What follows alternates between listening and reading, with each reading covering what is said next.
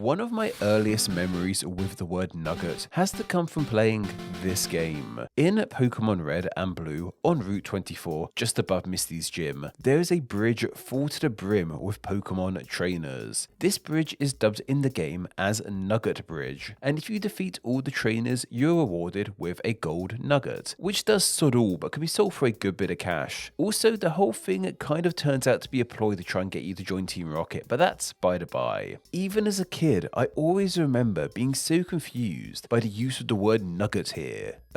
Golden nugget? It's worth highlighting that in its native Japan, this item's name is Kin no Mama, which means gold orb or golden ball. This was most likely changed due to what golden balls is slang for in some parts of the world. Anyway, this use of the word nugget in Pokemon has stuck with me for a few reasons. Primarily because I was a child of the 90s, so the entire region of Kanto, every nook and cranny, is firmly lodged into my brain. But it also stuck with me because as a child, I never really heard the word nugget used in reference to gold. To me, nugget was a word linked with something a lot more delicious and processed. And no, I hadn't heard of golden nugget cereal at that point. They were around in the 70s and didn't come back onto store shelves until 1999, so they were not in my consciousness either when I first crossed Nugget Bridge. And the last reason it stuck with me is simply because nugget is just a fun, silly word. It has a real joyful sound to it. Nugget. That kid who was confused about the word nugget in a Pokemon game grew up into a man-child that somehow made a career out of talking about names and words. Today, I'm really indulging myself and looking into the fascinating history of the word nugget, from its origins to the many words that have become linked with it, from precious metals to processed meats, and even abstract ideas.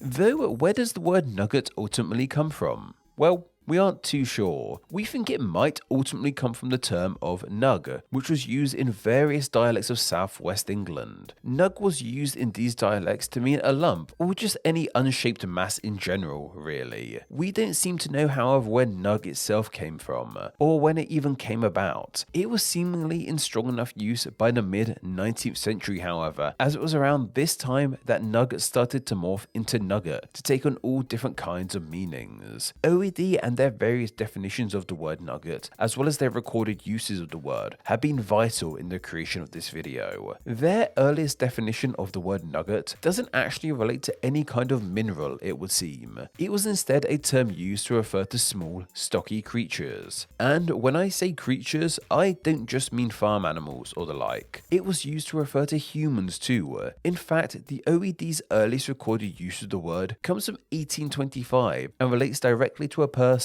saying nugget, one who is short of stature and has a large belly.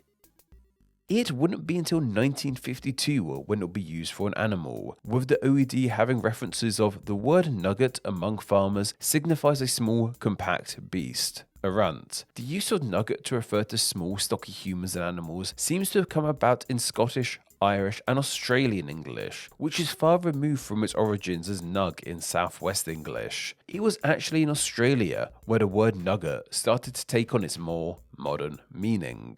Nugget was already being used to refer to any small animal, yet by 1872, nugget was being used to refer to just one kind of small animal, that being unbranded baby cows. We have the 1872 reference of fresh-born calves, as yet unbranded, go by the name of nuggets. However, it was before 1872 that the word picked up other meanings in the Australian continent. In 1844, we have evidence of the word being used in New Zealand to mean a small rocky outcrop in the sea. OED references say, "By night we dropped anchor off the head," called the nuggets. I believe this is the first time we've evidence of the word nugget being used to specifically refer to a kind of mineral. And the Kiwis' Aussie siblings must have caught wind of this, as by 1851, we have evidence of nugget being used in Australia to refer to gold for the first time. Nugget by this year in Australia had come to mean a lump of gold or any other metal found ready formed in the ground. OED's 1851 recording says small lumps, called nuggets, are discovered in remarkably pure pure state. It makes sense how this word of nugget came to be linked with gold and materials. The word had always been a synonym for lump, going back to its origins as nugget in southwestern England. And since nugget became nugget, it was being constantly used to refer to a small lump of a thing, whether that be a small human or baby cow. New Zealand first applied it to a rock, and then Australia just ran with it as the name for a lump of gold.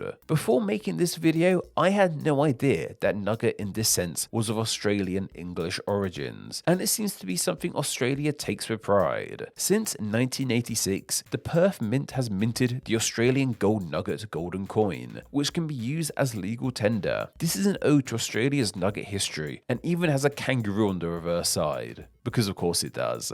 Nugget became so popular as a noun that it even started being used as a verb in Australia too. To nugget had a few different meanings which relate to the nouns of nugget. In 1851, nugget as a verb meant to prize gold nuggets from the ground. It could be used in multiple tenses too, such as the OED's recording of one old man while nuggeting on the hills was fortunate enough to turn out a piece of gold weighing 13 ounces. Nugget was also used as a verb in Australia in relation to baby cows, where it meant to steal one. This is recorded as early as 1881, with the line to nugget in Australian slang to appropriate your neighbour's unbranded calves. So yes, you could nugget a nugget.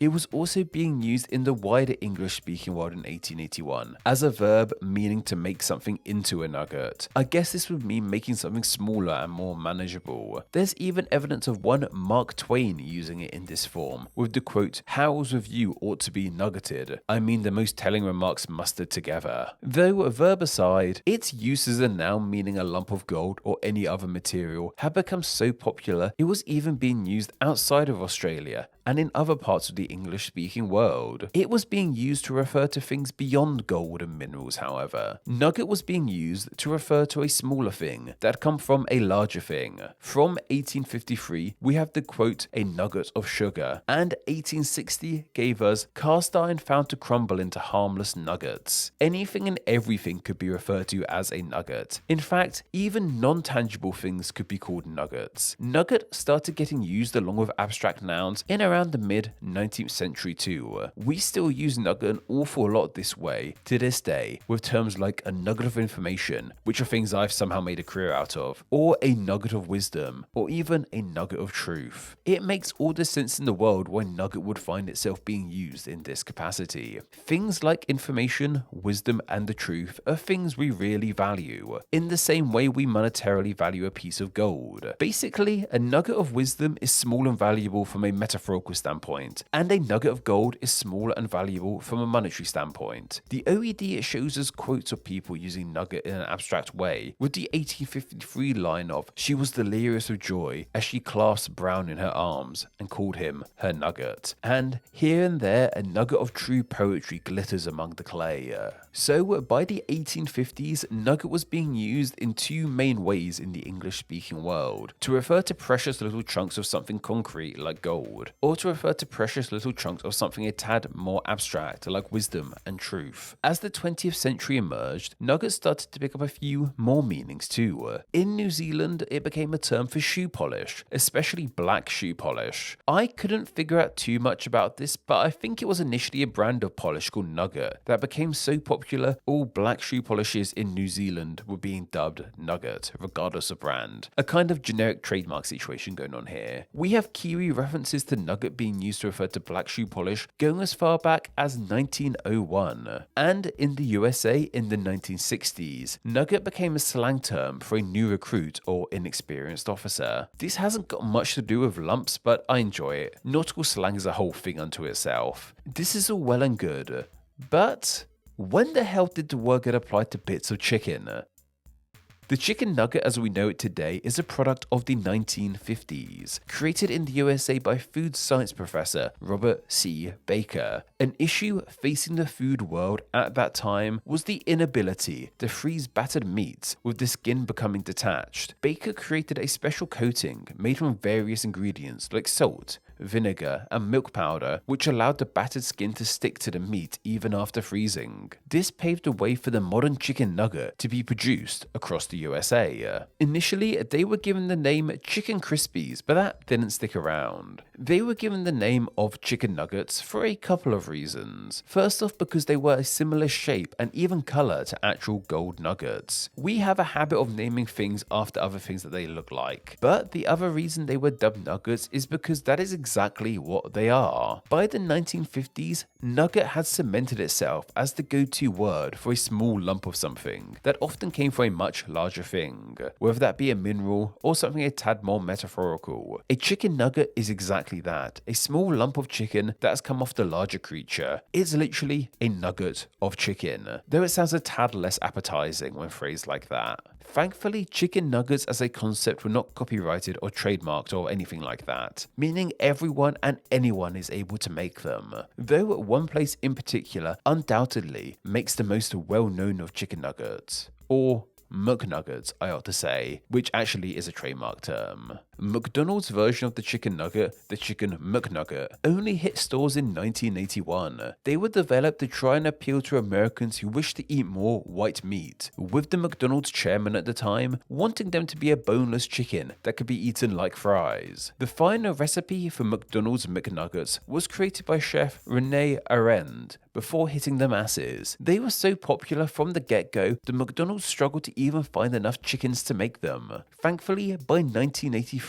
this was sorted and the entire globe could enjoy McNuggets. So it really was via McDonald's that chicken nuggets hit the masses. Today, many people think of chicken nuggets when they hear the word nugget. In fact, it's become so entrenched with chicken that chicken nugget has a separate entry in the OED, being added to the legendary dictionary in 2003. Nugget is seriously one of those words that has a fascinating history. From its origins as nug in the West Country, simply meaning lump, it would be used in relation to all kinds of things, from stout humans with big bellies, to lumps of gold, to baby cows, to wisdom and truth, to shoe polish, and to processed chicken. There's a nugget of some kind for everyone. And to leave you all with one final fun nugget of information, McDonald's McNuggets aren't random shapes. They come in one of four shapes, with those shapes being called the boot, the bell, the ball, and the bone.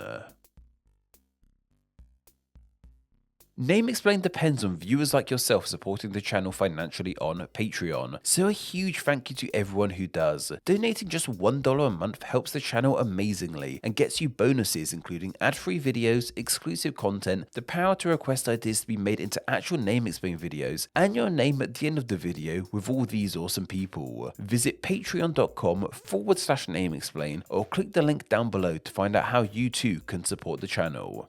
Thank you.